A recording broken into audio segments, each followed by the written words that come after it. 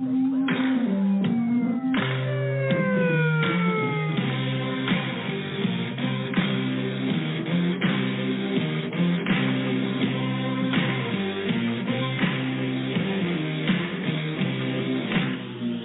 are listening to the voice of the frontline protector here at the Private Officer Beat Radio. Every week you'll hear breaking news, topics of training, information for the industry of security, public safety, and law enforcement. So strap in, hang on, we're about to speed off in this episode of the Private Officer Beat Radio.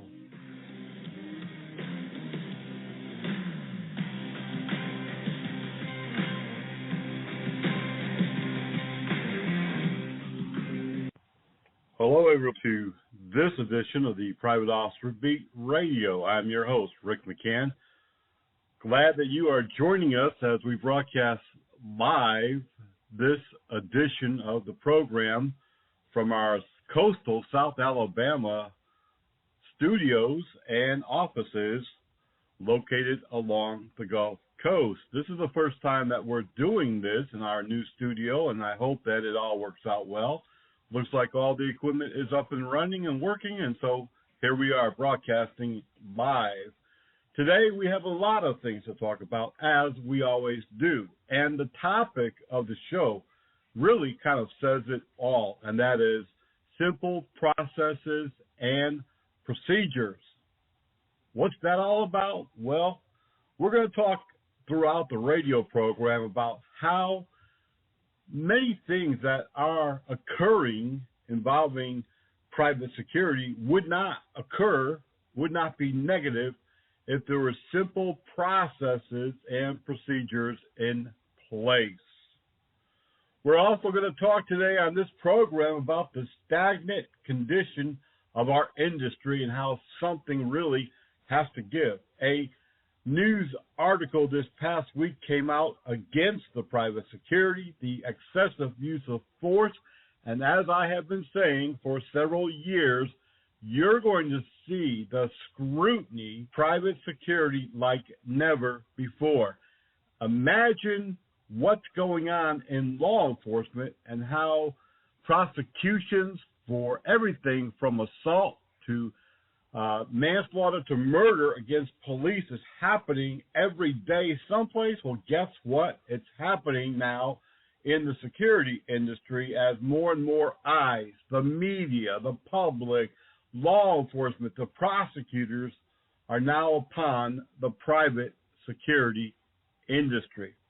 We're also going to be talking about our memorial services coming up, as well as some more security violence in the news. Not really anything new, unfortunately, but we're going to give you three examples of violent and brutal attacks.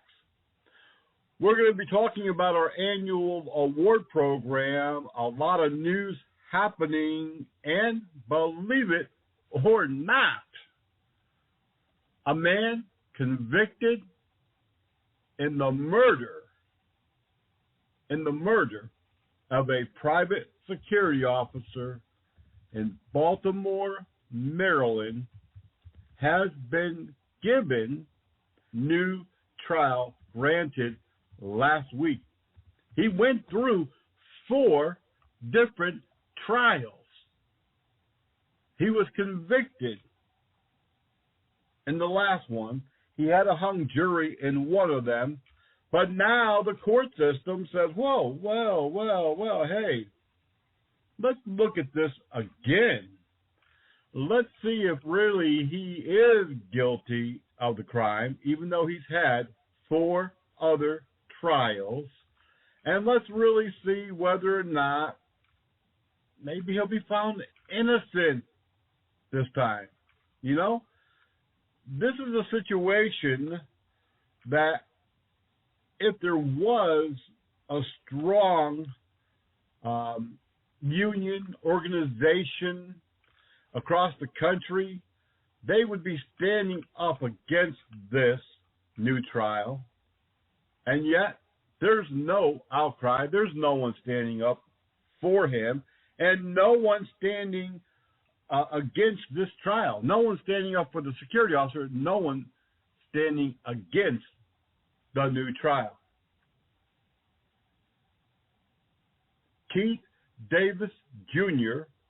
has been tried 4 times for murder and armed robbery. Somehow, the public defender's office, not even a paid private attorney, the public defender's office has gone to bat for this man. He's serving a 50-year prison term for the murder of Kevin Jones, a security officer that was killed in 2015, June 2015 to be exact, early morning hours in the overnight at the Pinnacle Raceway. He was an unarmed security officer gunned down at the raceway during a robbery. Now, the convicted murderer in this case has had family and friends and activists on his side over and over and over again. They protested, they marched, they put up all sorts of signs and posters saying he's innocent. But who represented Kevin Jones? An email to the prosecutor's office from our organization went unanswered 3 years ago. I don't know of anyone else standing up for the deceased security officer. Not his company, not the security industry.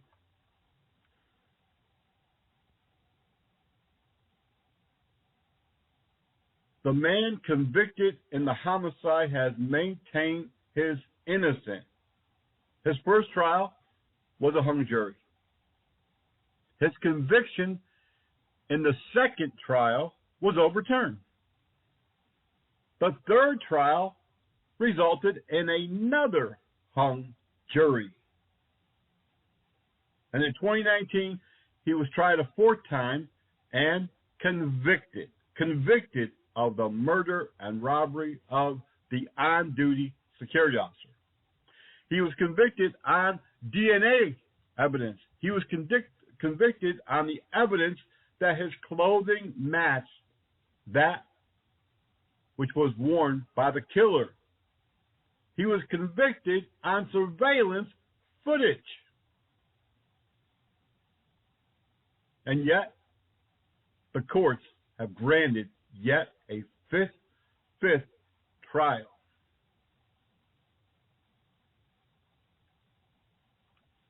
The security industry is stagnant.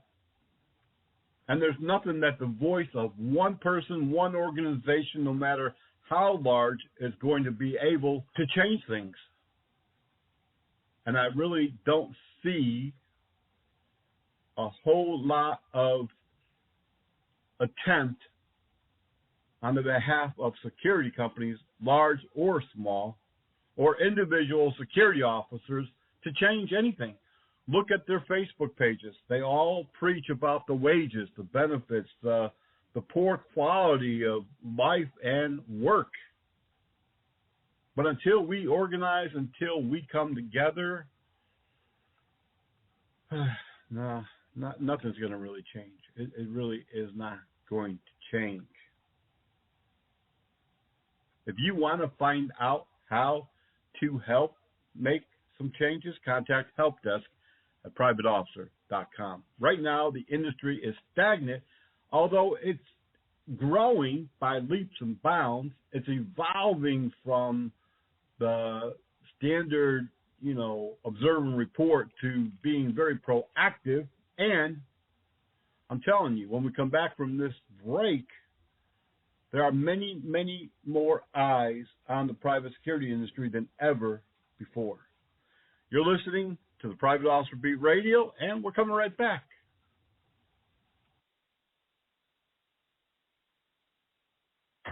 In a minute, I'm going to drown in this pool, surrounded by friends and relatives. That's because Dad thinks Mom is watching me, and Mom thinks Dad is. But actually, nobody is watching me. And you rarely make a sound when you're struggling the most. Don't assume someone else is watching. Become a water watchdog at abbyshope.org.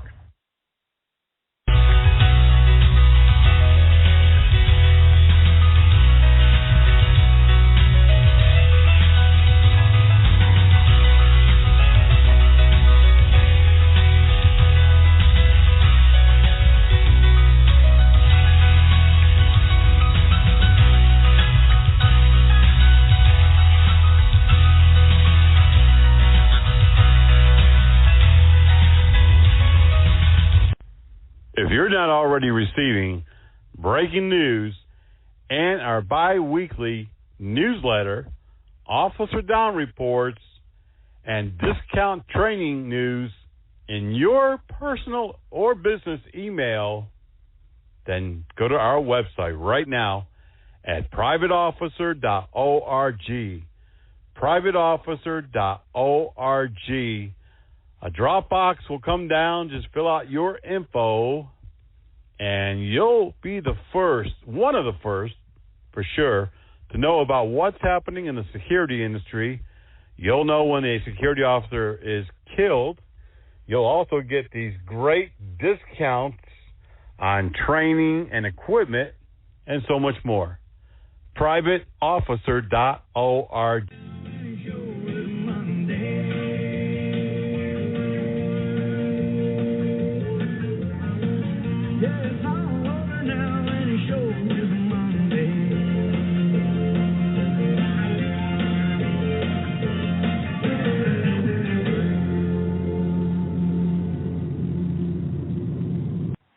Official Investigations and Security Services, Cincinnati, Ohio. We provide uniform security consulting and investigations.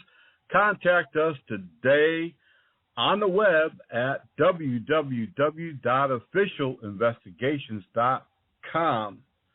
You can also give us a call nationwide. This is a toll-free number, 844-263-3424. Again, that number, 844-263-3424. Official Investigations. Hey, great news still for you. If you are a POI member, advertise your business during the month of June and the rest of May, absolutely free. Your service, your products, your business. Contact help desk at privateofficer.com. When we left for the break, we were talking about the stagnant situation of the industry, and yet so many great things are happening. The business is booming even during COVID, and now, of course, with the opening of many areas, COVID rules being relaxed, more businesses are opening and using security. Lots of great things happening. But unfortunately, there's a lot of problems in the industry, and we have to come together to be able to solve some of those problems. I do want to tell you, as we talk about the opening of businesses and how many cities are really back in the full swing, there are several alerts, and they have been picked up by major media on Thursday and Friday of this past week. And according to Intel, and I certainly agree with this, many of the largest police departments in the nation have no time to rest from civil unrest. They have no time to send their people on vacations because the majority of cities, large and small across the country are currently on high alert. Intel states that this summer could be one of the most violent summers faced in U.S. history. This is not just some little ring the bell, ha ha, whatever. This is serious business. We've seen what civil unrest can do, not only in the major cities like New York and Detroit, L.A., but in smaller communities. Kenosha, Wisconsin, for instance. Many small areas have been hit by violent rounds of civil unrest. Now you put that together with the opening of the cities. Many states lifting COVID restrictions. More people out in public places during the warmer weather. We've talked about how seasons can affect the crime rate. We know that the summer is already a violent time of the year. More people out. There's more shootings, more public events. Well, now, with the COVID restrictions being lifted, the fact that gun purchases are at an all-time high, the fact that the U.S. already has had more than 30 months of violence. We're not talking about simple protests. We're talking about violent riots across the nation, shootings and homicides and violent crime in the last 3 months of 2020 and the first 3 months of 2021 rose 32.2%, according to the FBI Investigations Quarterly Uniform Crime Report. In New York City alone, the number of homicides have reached 146 this year so far. In the first 4 months of 2021, an average increase of 27% from 2020. In Dallas, 75 homicides, up from 58. Chicago, forget it, 203 homicides so far in 2021. The public safety director for New Jersey, he says it's alarming. Afraid of what's in store for not only his state, but for many states. In Dallas, the city's violent crime reduction plan includes provisions for the deployment of officers this summer to the city's hotspots to try to lower the violent crime. Police in D.C. also facing record amounts of violent crimes, robberies, homicides, over 200 carjackings this year. You want to see all hell break loose? You haven't seen nothing yet. I remember the 60s and 70s. I remember the violent riots, the blackouts, the brownouts, and the power. You put those ingredients in with all of these other ingredients that I'm talking about, and my friend, hell hath no fury like what you're about to see. The civil unrest that we experienced in the last 18 months, nah, that's going to be nothing. If all of this comes together, it will be the perfect storm. The perfect storm. We talk about the weather and all the ingredients, key ingredients necessary for some of these violent hurricanes and tornadoes. Well, this is no different. This is going to be just like that. We need to understand that as security personnel and private police officers, we're going to be affected by this. 9 security officers were killed during civil unrest that we know of. Another 10, 20, 30 deaths were possible. They just weren't reported as security personnel. The private security industry today is facing the same reality as law enforcement. Whether companies want to address that, believe it, announce it, work with it, train for it, that's the problem we have in this industry. But this summer,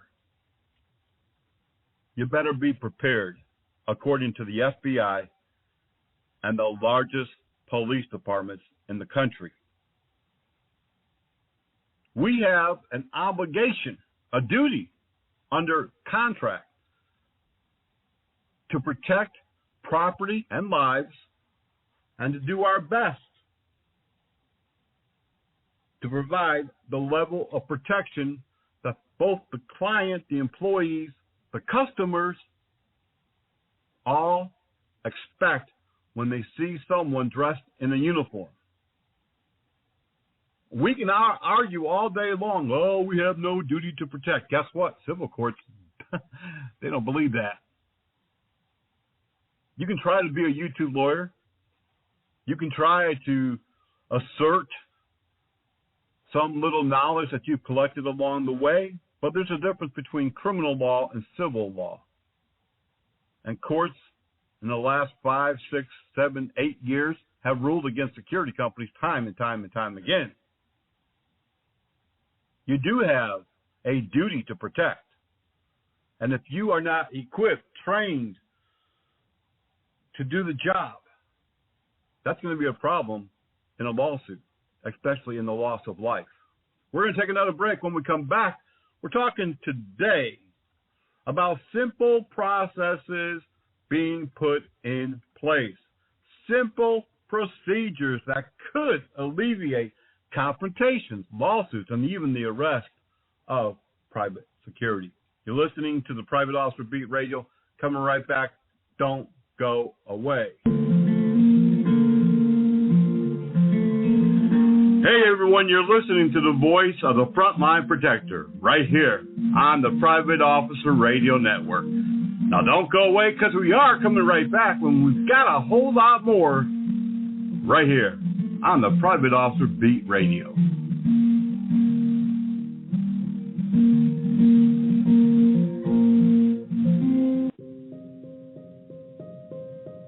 I met Luke when I was pretty much born. We kind of just grew up together. He got his license when he was 16. We were going to the beach, and Luke was driving. I was in the passenger seat, and all of a sudden, I don't remember anything. I wasn't conscious for it. We got hit by a drunk driver. I feel like I knew right away that it was never going to be the same. I don't know. The doctors, they were telling me I was so lucky to be alive. When I found out that he died on impact, I didn't really feel lucky. And sometimes I still don't. Drinking and driving is completely unnecessary, and I think it's selfish if you do it. It's not worth taking that risk, because you never know what's going to happen.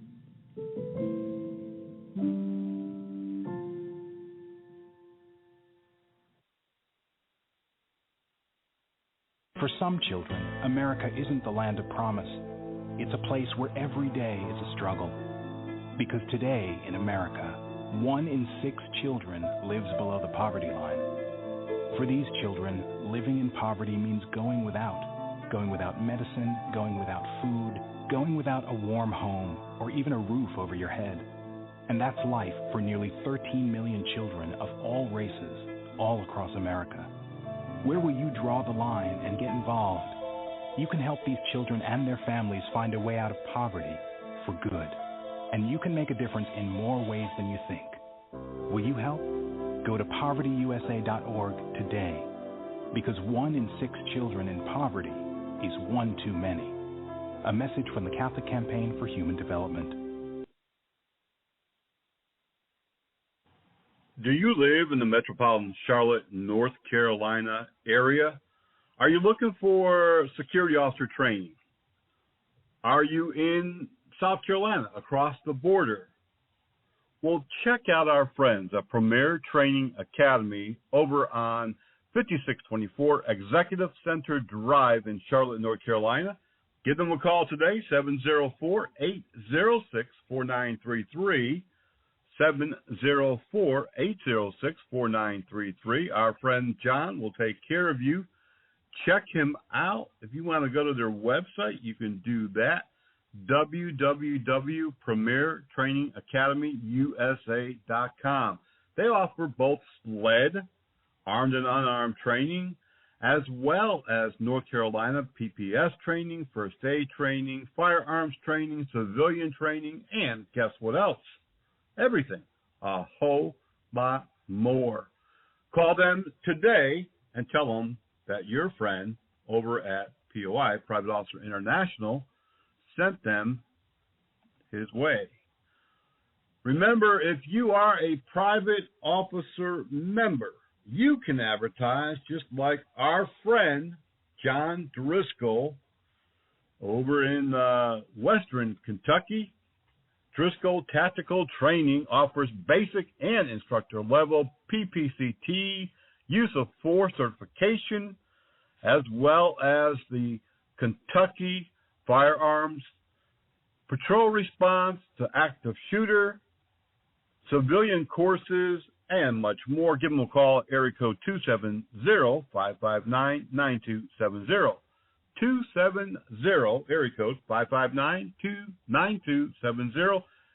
You can check them out online at www.driscolltactical.com. And if you're a POI member, you can advertise right now the rest of May and into June absolutely free. Send us an email with your service information, product information, website, email address, and your contact phone number. I'm telling you, it's a benefit as a member. Contact us at helpdesk@privateofficer.com. We have just an incredible amount of things happening across the industry, and whether you're private or public, it doesn't matter, because more and more security officers are crossing the line. Their training is still limited, but their duties, area of coverage, their responsibility is extensive and expanding every day. Every day. And yet, people, companies, individuals, they just don't take it serious.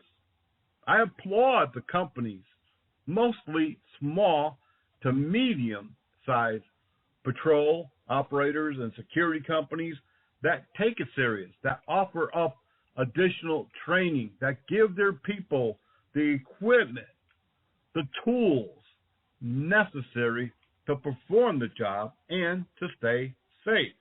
While larger companies don't seem to be overly aggressive in this area, I know that some of them are trying to step it up.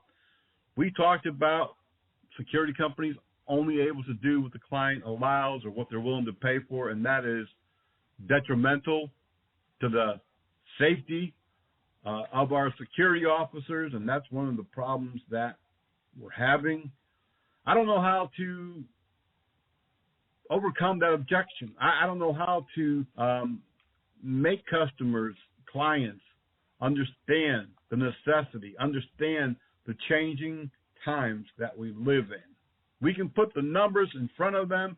We certainly do put the yearly statistics out there for our members and supporters to be able to bring to their clients and show them the need for additional equipment, additional training. But unfortunately, you know what they say, you can lead a horse to water, but you cannot make them drink.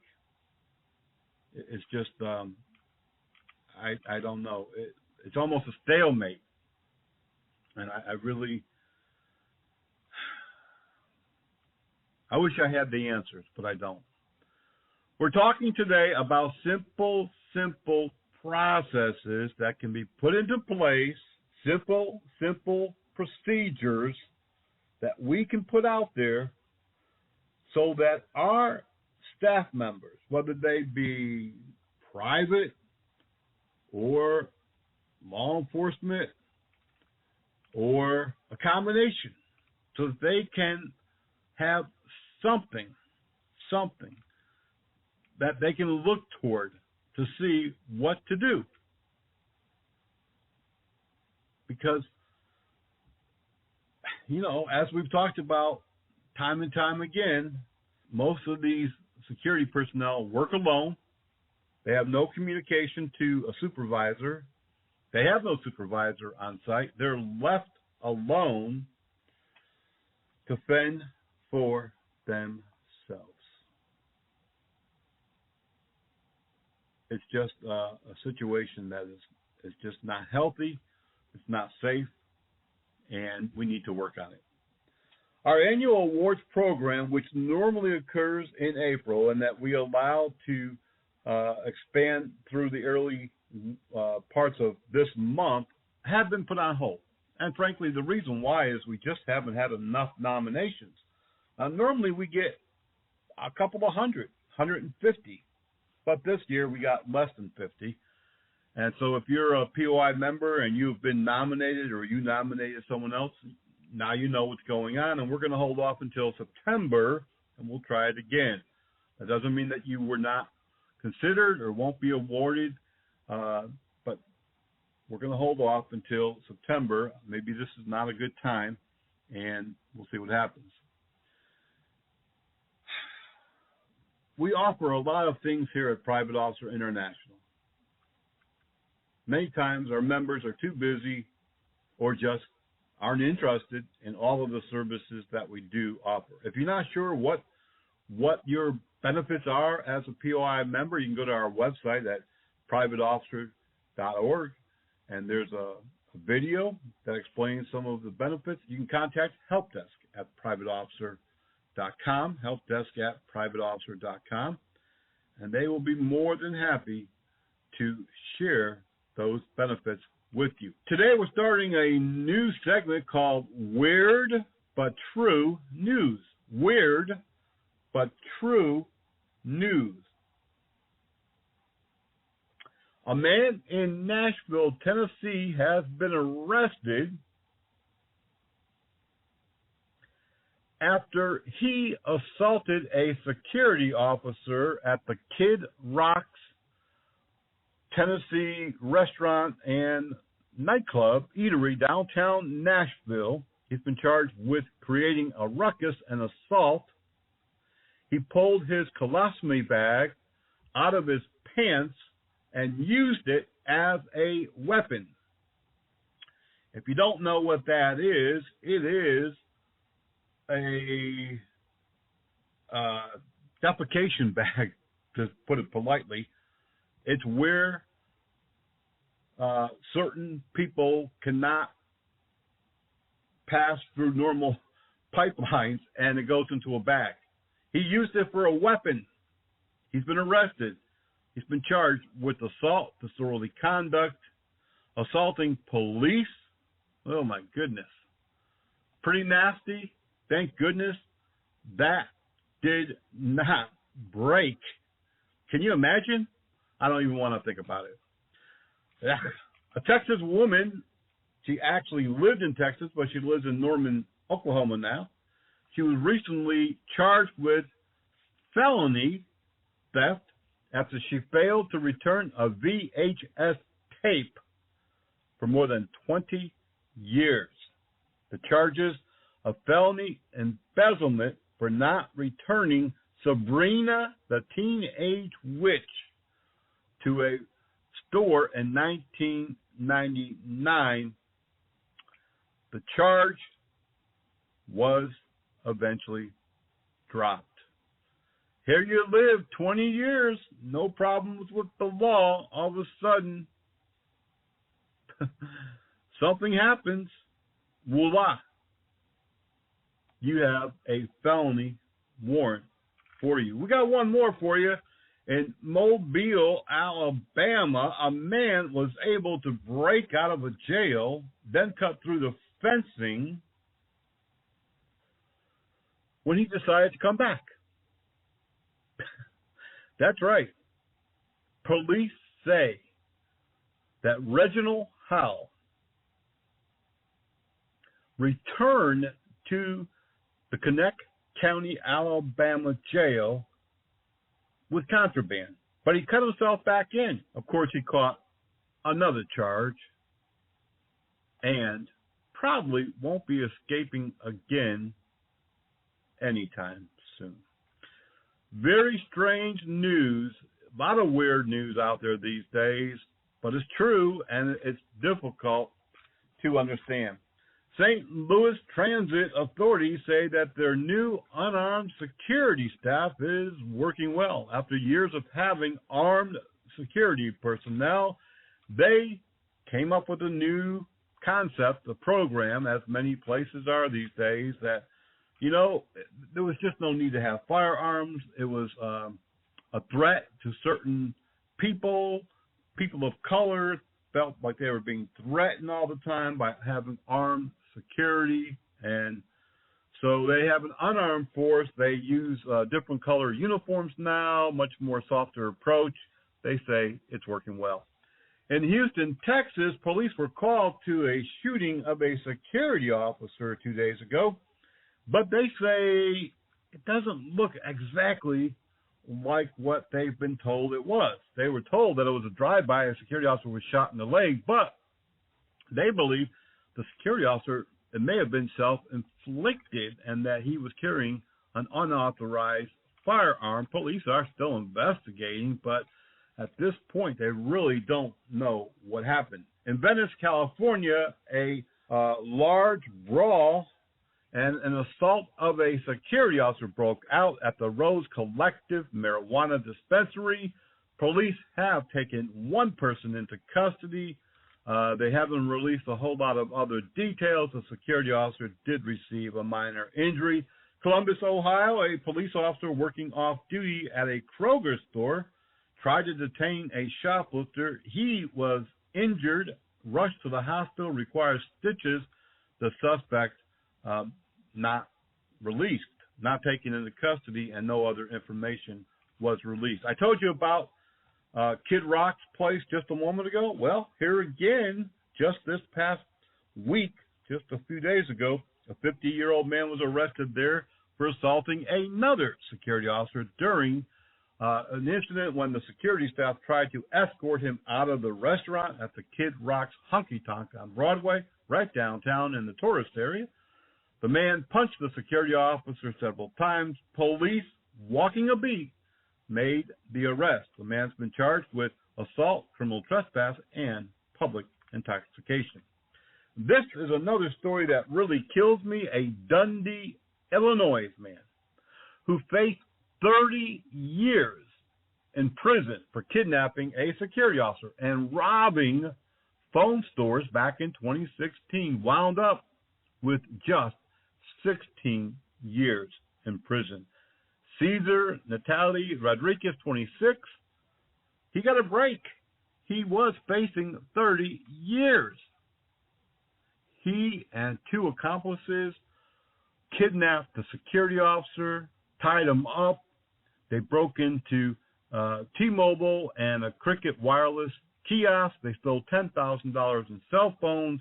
They were charged with kidnapping and robbery and assault, all of these violent crimes. But this particular cohort, Rodriguez, was given 16 years in prison.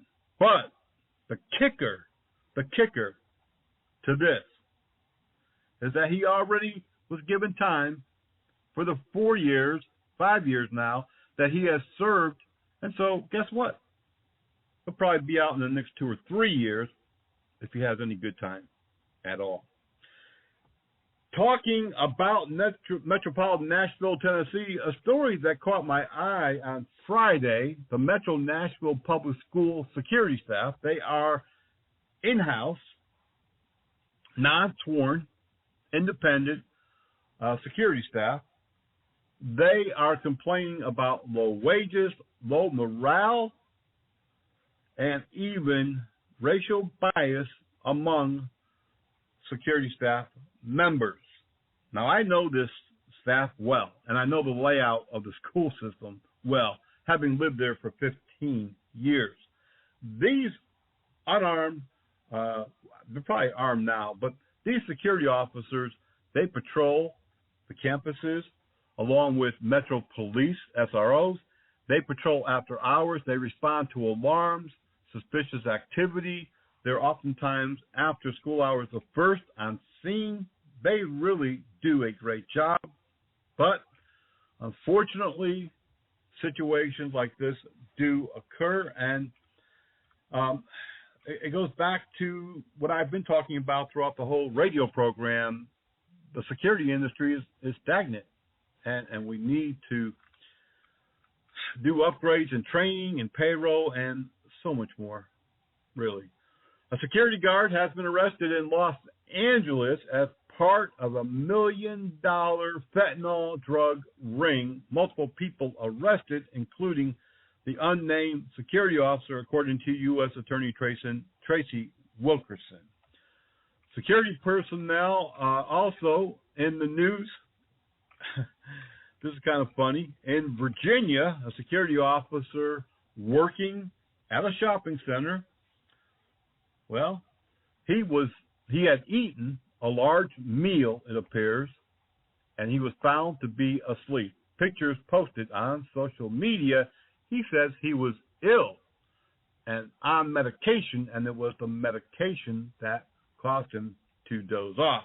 Security officers are calling for better COVID protection, and they say that their employer, St. Mary's Medical Center, as well as Dignity Health, have overlooked them through the whole COVID process. They have now called in a security officer union to help them fight for better protection, PPE. Although many cities are, opening up and states are relaxing COVID rules, it's not going away. It's going to be around for a long time. In Montgomery, Maryland, a very upscale metropolitan D.C. area county says they are going to go ahead and fund the school police officers, 23 police SROs, even though they had thought they were not going to. But here's the kicker. The officers will not be on campus. The Montgomery County Council unanimously approved the police budget on Thursday of last week, but no officer will be stepping foot on campus. They don't want the police there at any of their schools, but they're going to fund those positions. The police chief can use them any place in the city with the understanding that the $750,000 budget will include the response to the school. So not dedicated SROs, but if something were to happen, that they will make themselves available. You're listening to the Private Officer Beat Radio. As I said, there's always a lot of breaking news. Go to our daily news blog at www.privateofficerbreakingnews.blogspot.com and sign up for these instant news alerts at our website, privateofficer.org. We're going to take a quick break. Coming right back. Do you know your ABCs? How about the ABCs of water safety? A is for active adult supervision. This means someone is always actively watching when a child is in the water. B is for multiple barriers. Your pool or spa should have multiple physical barriers at all times. C is for CPR classes. Even if you're not a parent, it's important to learn CPR. Water safety is everyone's responsibility. Slow down. Slow down and move over. And move over. When you see lights, Best. Or reflectors. please give us some room. Slow down and move over.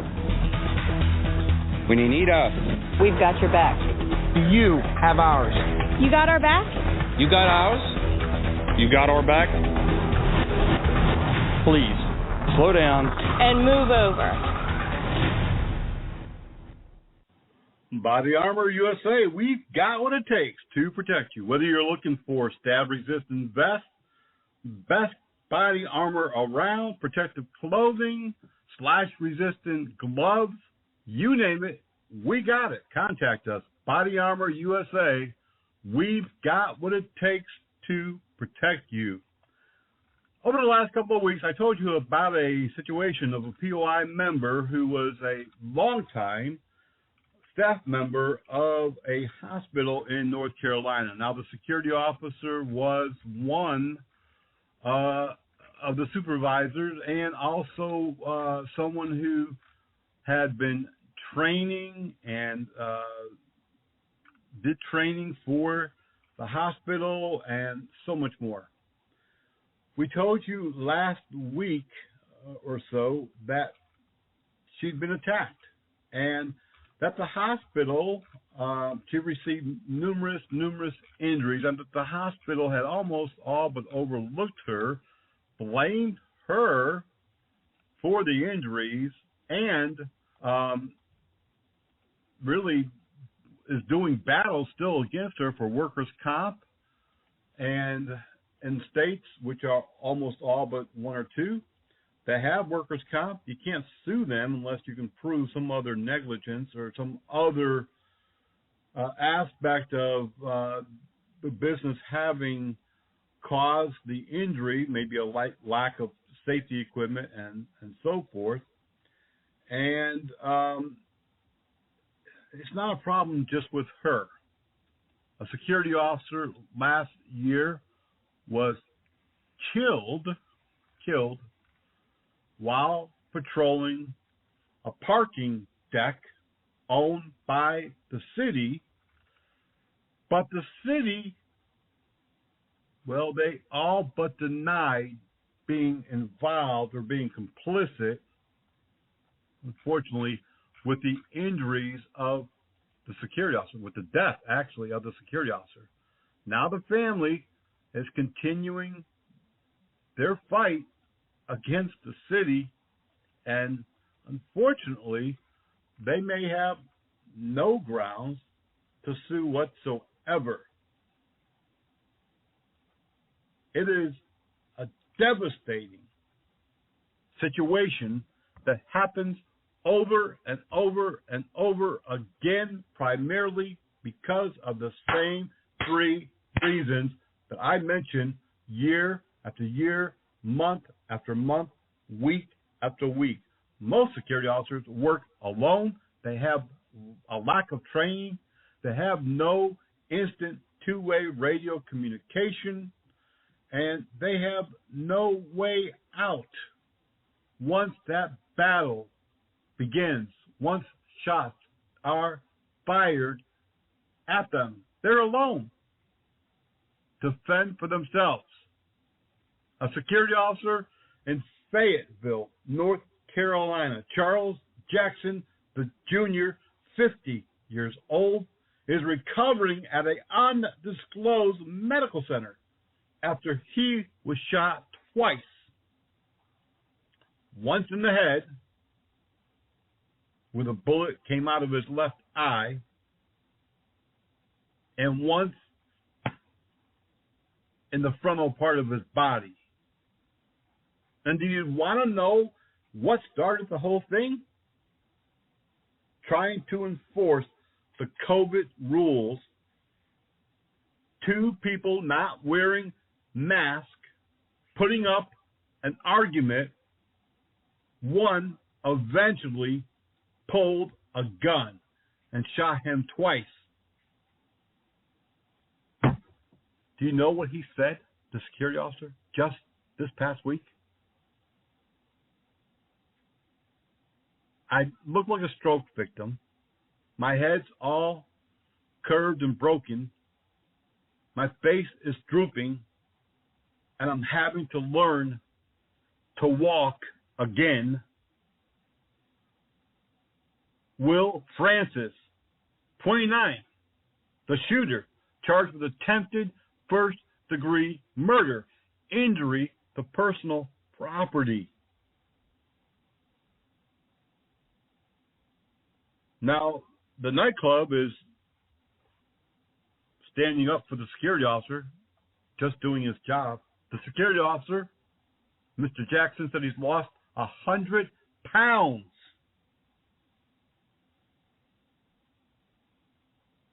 He can't stand without assistance. He doesn't have any balance. Memory loss. He'll never be the same again. He'll never work again. Children and a wife. Of course, the shooter's to blame, but so is the employer. A lack of training, a lack of having the proper staffing, the lack of having instant emergency two-way radio communication with somebody. At least he was in a place where there were other people that could call 911. Most time when these situations happen, the security officer's alone in some dark parking lot, an apartment complex, or other location trying to do a job that nobody gives a rat's behind whether he gets hurt or not. Those are the facts. Workers' comp will take care of the medical bills. Workers' comp will pay a portion of his weekly salary. What if that weekly salary was $200? What if he was just a part-timer? There's a lot of people in the industry who face these violent attacks and then get messed over again when it comes time to getting paid, getting their bills taken care of. Just like the security officer at the hospital in North Carolina. Just like the family of the deceased security officer shot while protecting city property. They still haven't paid all of his bills. They never compensated the family for his death. And they're denying all liability. Not me. I didn't do it. Even though he had no two-way radio, he had no assistance, he had nobody there, and yet they're not responsible. They don't want to know nothing about nothing. When you are signing these contracts with these people as a security company owner, you need to take into consideration, do a consultation, look at the crime stats in the area, because more and more of our security and private law enforcement are facing the same situations. They go to work, they try to make a living. But you know what? The fact is, the likelihood of them being injured or killed on the job is greater than that of a law enforcement officer. Simple processes and procedures. We're specifically going to talk about 4 different areas of security officer duties when we come back. You're listening to the Private Officer Beat Radio. My wife and I are spending more time on our computer. It's so convenient. Yeah, but there can be a downside. Right, like buying fake drugs being sold over the internet. Yeah, we learned the hard way. At the emergency room. Never buy prescription or over-the-counter drugs online from unknown or unlicensed sources, as they are often dangerous fakes. Counterfeits hurt, but The Federal Aviation Administration wants you to fly your drone responsibly. Avoid flying your drone near other aircraft, especially near airports. Fly your drone below 400 feet. Always keep your drone in sight. If you see a safety issue involving drones, contact local law enforcement immediately. Fly smart. Fly safe. Have fun.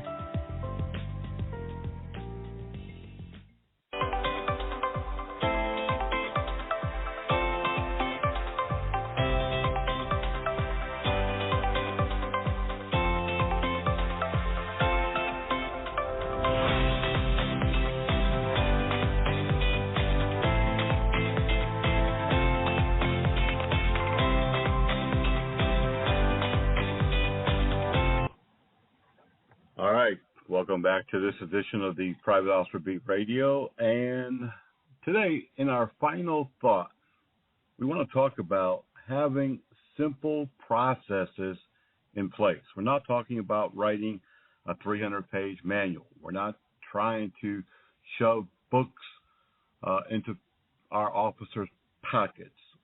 But we need to have some simple understandings of what the officer's duties are, how they are to respond to different situations and incidents that occur on the property, and understand unequivocally their authority and what they should and should not be doing.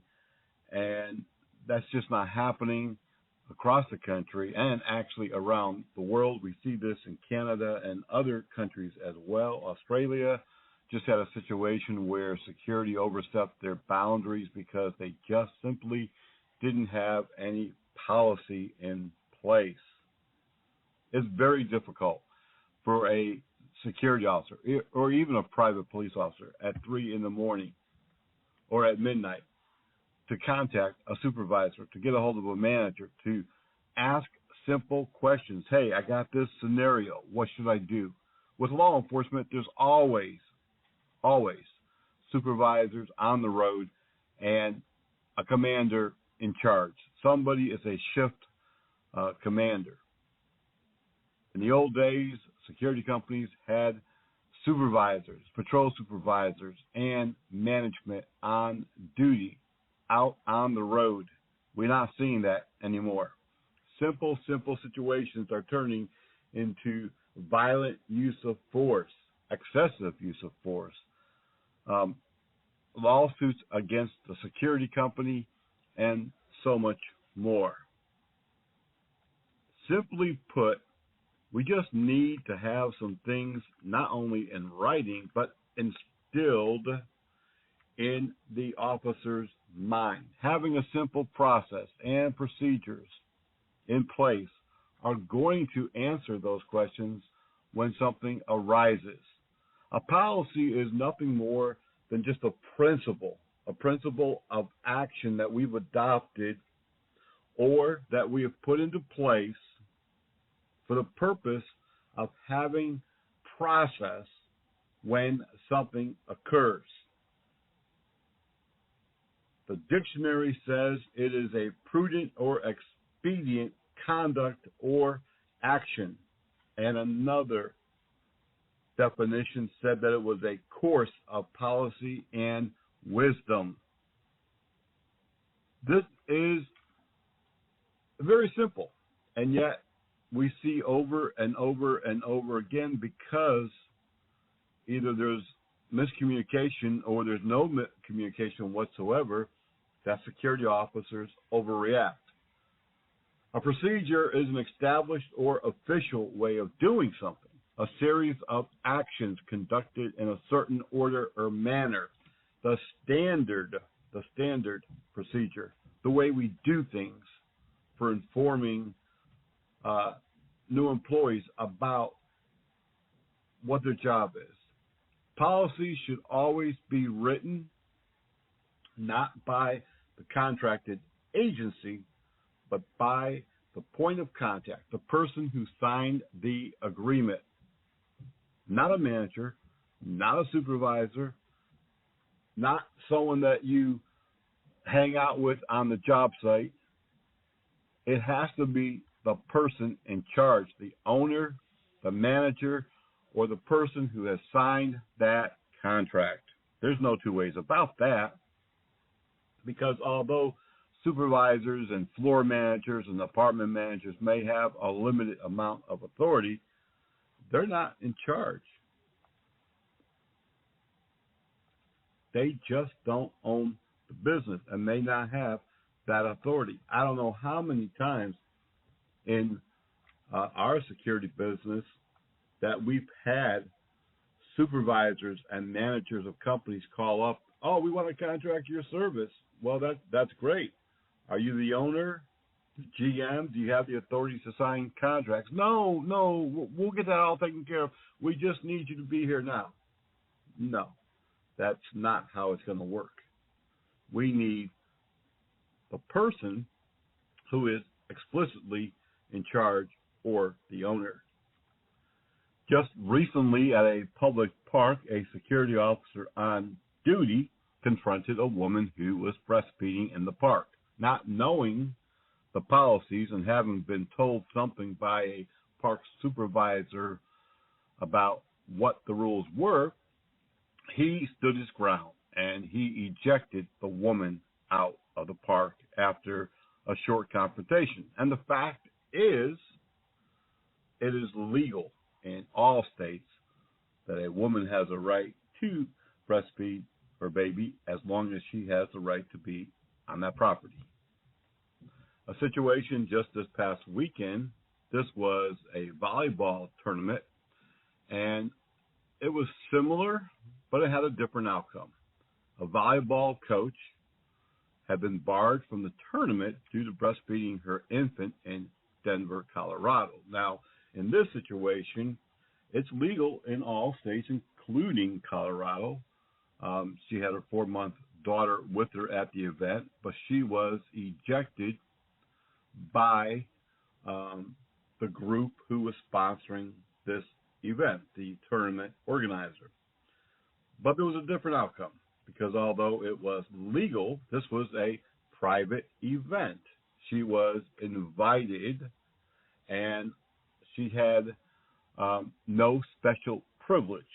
And according to the Colorado state law on private property at a private event, it is at the discretion of the property owner, manager, or in this case, the group organizer. There was no violation to the city ordinance or state law according to the Denver City's Attorney's Office. See, in this situation, it was a different outcome because it was strictly private property. A security officer needs to understand the difference between enforcing a policy and a law. And we run into this problem very frequently because security officers have a hard time, to be honest with you, trying to separate what is a property rule and what is a law. We have expressed over and over and over again during the years on training your staff members to understand their limitations in enforcing property rules. You cannot make someone wear a mask. If they enter the store and you inform them that they need to wear a mask, your staff, your security personnel, you cannot use physical force to make them leave the property. You cannot leave the property to enforce a rule. Many times security personnel, they do have a problem with this. This is where we get many cases of excessive use of force, civil lawsuits, and arrest of security staff because they're enforcing a rule. And we had a situation 2 summers ago where a person was in the swimming pool. The security officer thought that they were trespassing and used physical force, pulled them out of the pool, got into an altercation. Police arrived. Guess what? They lived there. Sure, the person probably didn't cooperate fully, probably didn't identify himself, didn't want to get out of the pool. In that situation, what should you do? Your staff needs to call law enforcement and let them handle it from there. It's a policy rule.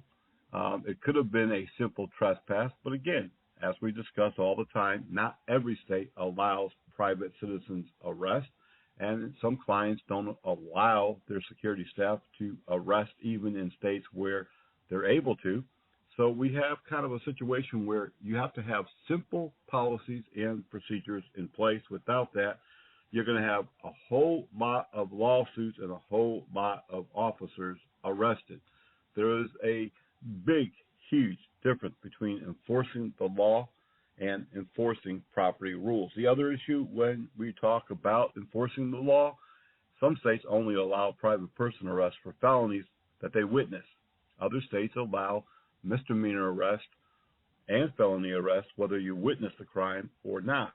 You need to know the state law, and you need to have the explicit right to do so, and the client must be that person who gives you the right. Without having both the authority from the client and the authority from the law, you're not only breaking the contract, but you're breaking the law.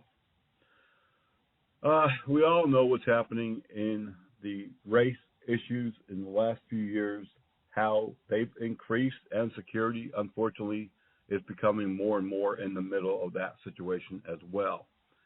Don't overdo it. If you're not sure if they live there, if you're not sure that they are a student, use, de-escalation techniques, communication techniques. Use the information that you have at hand to verify whether or not they are a tenant or a student. It is imperative in this day and age that you don't exceed your authority. You're only going to escalate that situation, and unfortunately, it probably is not going to wind up well for you. We got to have simple processes, policies, and procedures. Getting to the point right now, to be, honest with you here, is that security officers should not really be out in any environment where they're going to have to approach a person for violating a policy or a law unless they have at least a day or two or three of training in this specific area, policies, procedures, how to respond, what to do in different scenarios.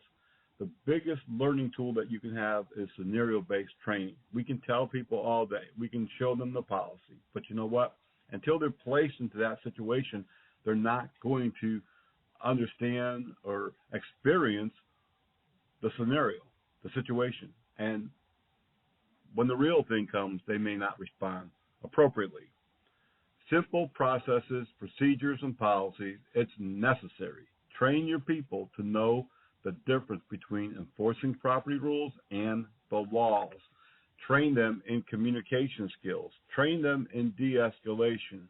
If you don't, as we've talked about in the last few years, you're going to see more and more security companies not only being sued, but security officers being arrested. That'll conclude this edition of the Private Officer Beat Radio. Glad that you've been with us. Be looking for the LP Zone coming up midweek. And, of course, we've got a lot of great things happening here at Private Officer International. If you're not already a member, go to our website, privateofficer.org. Sign up today, and you're going to get more than 50 benefits. We've got a very special announcement coming up later this week about how you can be a business owner, what we're going to do to put you in that position, help you to be up and running in a very short amount of time, and help you to be successful. Until the next time, be safe, be blessed, and we'll see you back here on the radio.